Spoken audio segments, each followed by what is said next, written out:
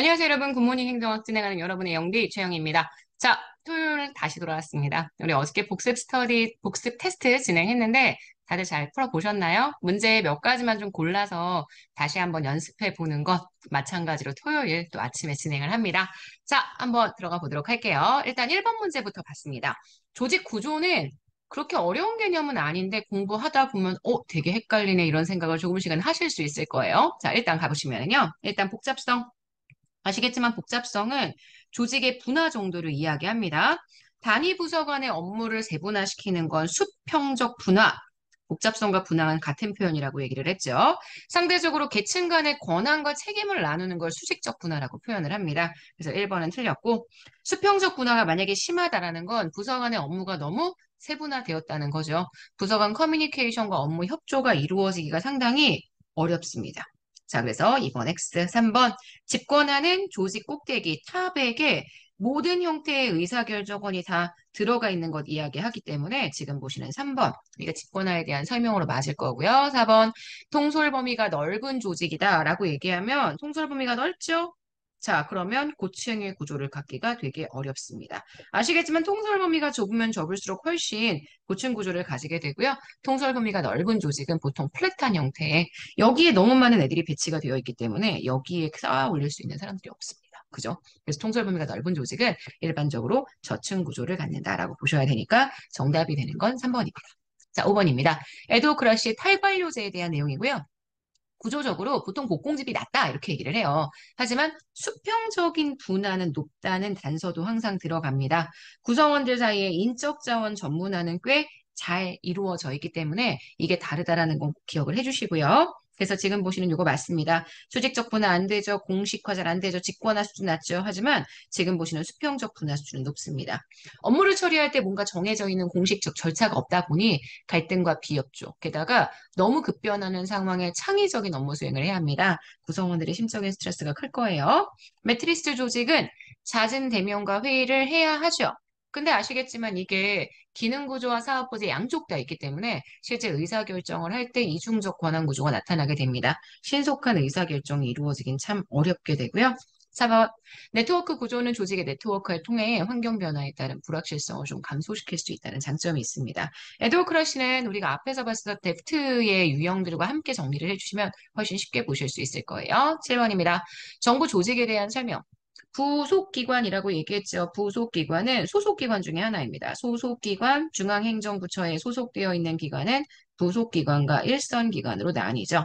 그래서 행정권의 직접적인 행사를 임무로 하는 기관의 부속, 그러니까 우리가 보통 얘기하는 부처청에 부속해서 그 기관을 지원하는 형태를 띠게 된다. 1번 맞습니다. 2번 정부의 위원회 조직 중에 국민권익위, 엄청 대단한 위원회죠. 금방공원 관계에 들어가는 위원회입니다.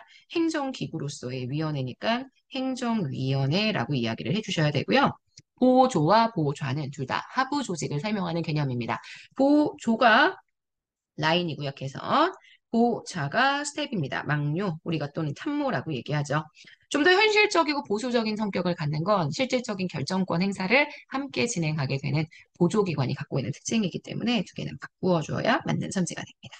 하부기관은 중앙행정기관에 소속된 기관이다. 이건 소속기관 얘기하는데요. 특별지방행정기관과 부속기관으로 구성이 되었다면 이거는 소속기관을 설명하는 표현이니까 4번 틀린 선지가 됩니다.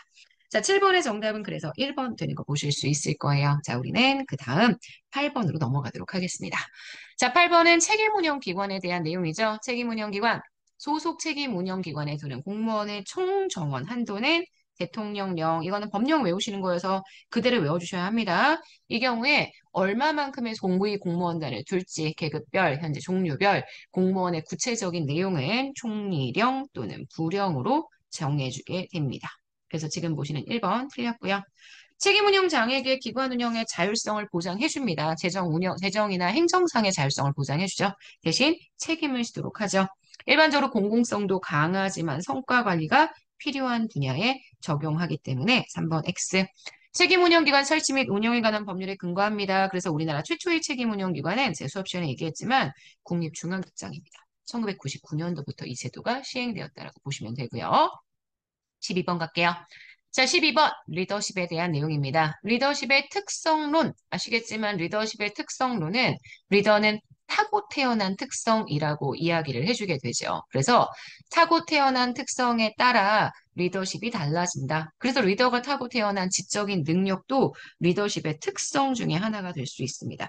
지적인 능력을 중요시하지 않는다는 건 말도 안 되고요. 행태론, 외부적으로 보여지는 리더의 행태가 어떤지 실제 행동에 대한 것에 초점을 맞추게 되고요. 상황론, 대표적인 예시가 피들러의 상황 적합론, 상황 조건적 유형이론, 하우스 에반스의 경로, 목표, 모형 등이 있죠. 허쉬와 블렌차드 역시 상황론의 대표적인 학자들입니다. 부하의 성숙도에 따라 리더십이 지, 설, 참, 위 네 가지로 바뀔 수 있다라고 설명했기 때문에 맞는 선지가 되죠. 문제의 정답이 되는 틀린 선지는 1번 되는 거 보실 수 있습니다. 자, 15번입니다. 균형성과표에 대한 설명, 뭔가 이상하네요. 선지 하나가 뒤로 넘어가 있습니다. 자, 가볼게요. 균형성과표는 재무와 비재무 두 가지 모두를 다 중시합니다. 재무적 성과 지표는 선행 지표가 아니라 후행 지표죠. 매출, 자본, 수익률, 예산 대비 차이 이런 것 등이 있고요. 내부 프로세스 관점은 개별 부서가 따로따로 일 처리를 하는 게 아니라 통합적인 방식을 굉장히 중요하기 때문에 지금 보시는 요거 X가 됩니다. 마지막 4번 선지 뒤에 있어요. 학습 및 성장 관점, 구성원의 능력 개발, 직무 만족, 주로 인적 자원에 대한 성과를 포함해서요. 선행 지표로서의 성격을 가집니다. 그래서 여러분 지금 보시는 요 4번까지 내용들을 보실 수 있습니다. 15번의 정답은 4번이요. 자, 이걸로 조직론 마무리를 합니다. 조직론 보시면 아시겠지만 문제가 생각보다 할만해요. 처음에 배울 때는 조금 낯선 느낌 때문에 되게 힘들어하시고 외울 게 많다라는 그런 고민들을 하시는데 막상 문제 풀어보면 그래도 점수가 어느 정도 안정적으로 나오는 파트 중에 하나가 이 조직론 파트입니다. 마지막까지 잘 정리해 주시면 되고요. 우리 오늘 현장 수업 진행하죠. 오늘 토요일 수업부터는 인사행정으로 들어가도록 하겠습니다. 내용은 쉬운데 외울 게 참 많아요. 저랑 같이 외우시면 되니까 걱정하실 필요 없습니다. 자, 주말 정말 잘 보내시고요. 오늘 강의도 열심히 들어주시고요. 오늘 하루도 정말 여러분 겁니다.